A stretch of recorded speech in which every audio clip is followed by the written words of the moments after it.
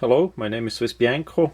In this video I will talk about the centerpoint 4x16 to 40mm adventure class scope. It's a rather big scope. The centerpoint company is together with Crossman.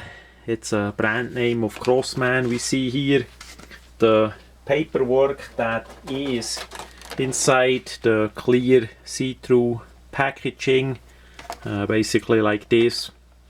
Inlaid packaging is a bit a trouble to take apart. That's why I did already take the scope out. Both of the scopes are the same. This is just with the razor to show a bit detail. So as we see here on the paperwork, it's a mil dot, either in red or green illuminated, torture tested, they say, tool free, windage and elevation, adjustable objective. Then we have 100% waterproof, fog proof and shock proof. On the back side we see on the left side the website centerpointoptics.com, and in the middle we have some more information about the size. On the right side we have it in French. So that's the paperwork. The item itself is coming as a scope, of course, with the two weaver rings. Then we have the scope covers. We have the manual, and then the 4 bags. One is with a micro screwdriver. One has the battery for the illumination. That is a CR2032 3 volt. The usual rag for cleaning the optics, and then the correct size Allen wrench for the weaver mount. That part here is on the rear end of the scope. It's simply over the optic here. It's just a limited lifetime warranty part here.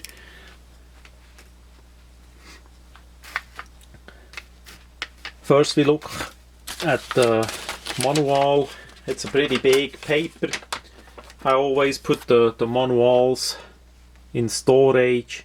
I'm not sure if the manual is as a PDF on the website like it is on Crossman, but worst case you can email them and get them to send you a copy of this paper.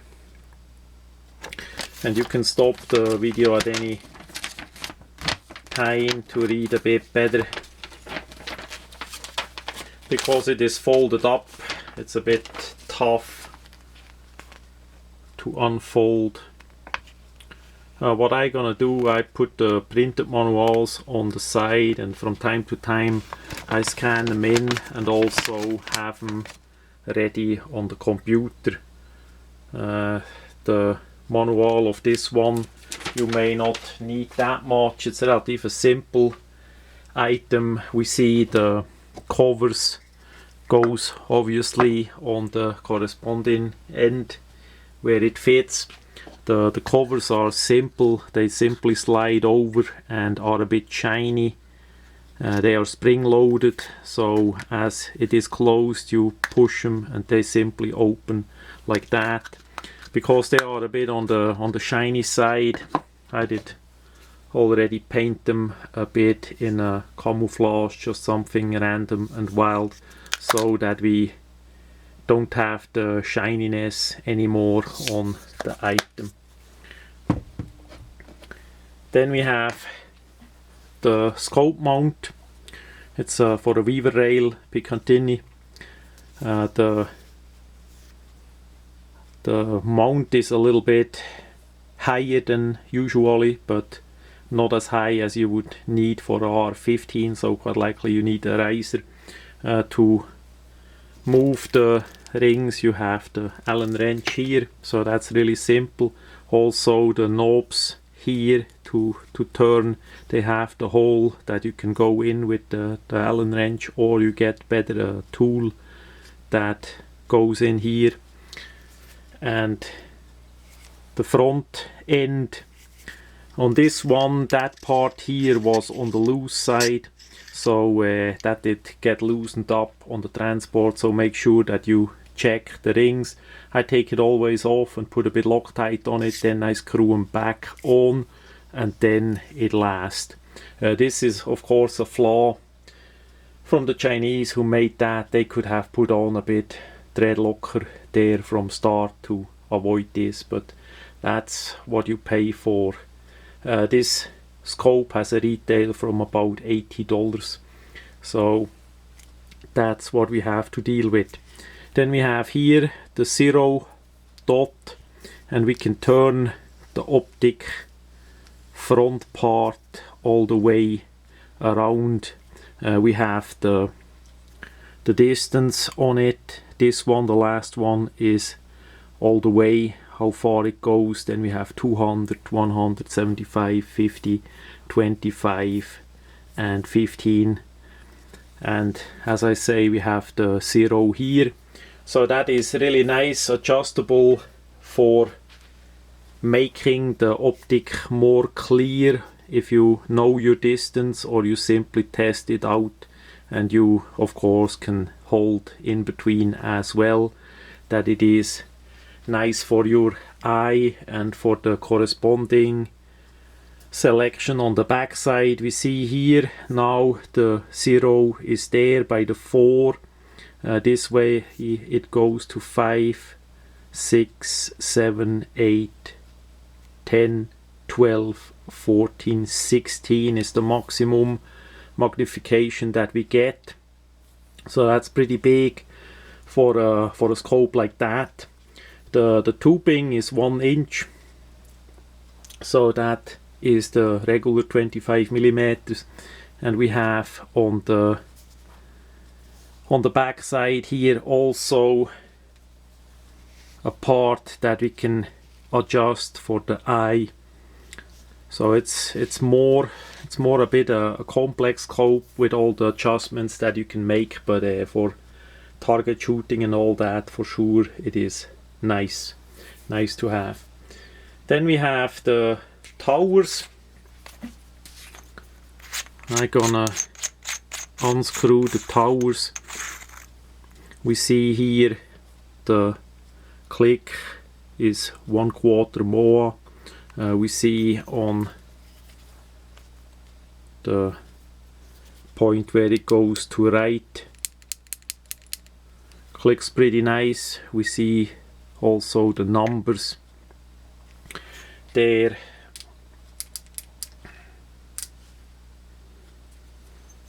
And the cover is pretty solid too. Needs a bit grease on the threads. The same is with the top one for up and down.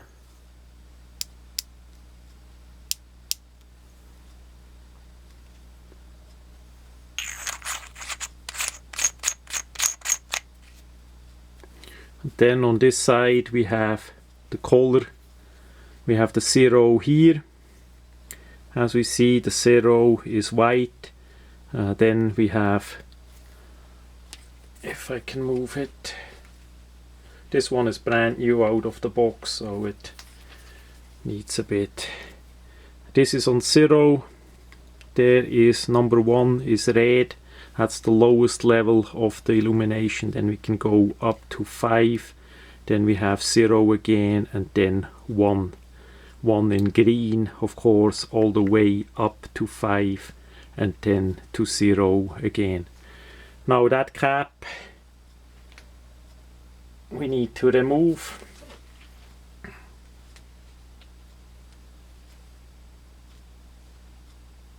Yeah, on this one I need to do that later. So sometimes as the item comes from the factory it's a bit tight. So we look at the used one, I did already grease it up. There is the battery, the CR2032 on it. That way it goes in. Then you put on the cap again. The cap has a really tiny thread, so you need to be careful that you align it the correct way without damaging the thread, and then it's all the way down again, flush.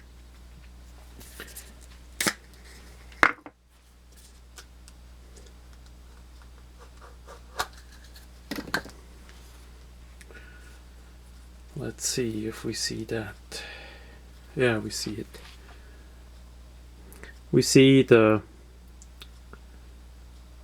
a mil dot scope. Quite likely the camera is not gonna see in the middle the mil dot that perfectly, but we see the green illumination.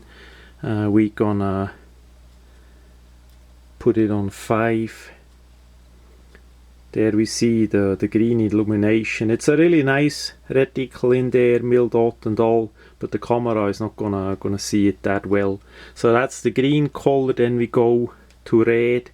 Now we see it is red in there, and again with those adjustable between 1 to 5, that is pretty nice to adjust the brightness. If you have a bit of bad light, maybe in the early mornings or as the sun goes down, that really comes in handy. And from front you'll not even see that much of a light. It's so small in it that anybody that, like an animal, if you hunt or something, that should not be issue to be seen too far at all. But it really helps, that illumination reticle. Back then in Switzerland we did not have that at all, and that for sure is a benefit I wish we had back in the day as well. Yeah, all in all, the quality and the workmanship I like a lot. The price point is about $80 suggested retail here in USA. Sometimes you get it a bit cheaper. If you're gonna put it on R15, like this one has a riser mount, so it's a little bit higher than usually. There you can of course use the regular mount and simply get a flat riser as well. There are so many possibilities of mounting systems for that optic, so that should be not a problem to mount on pretty much any rifle.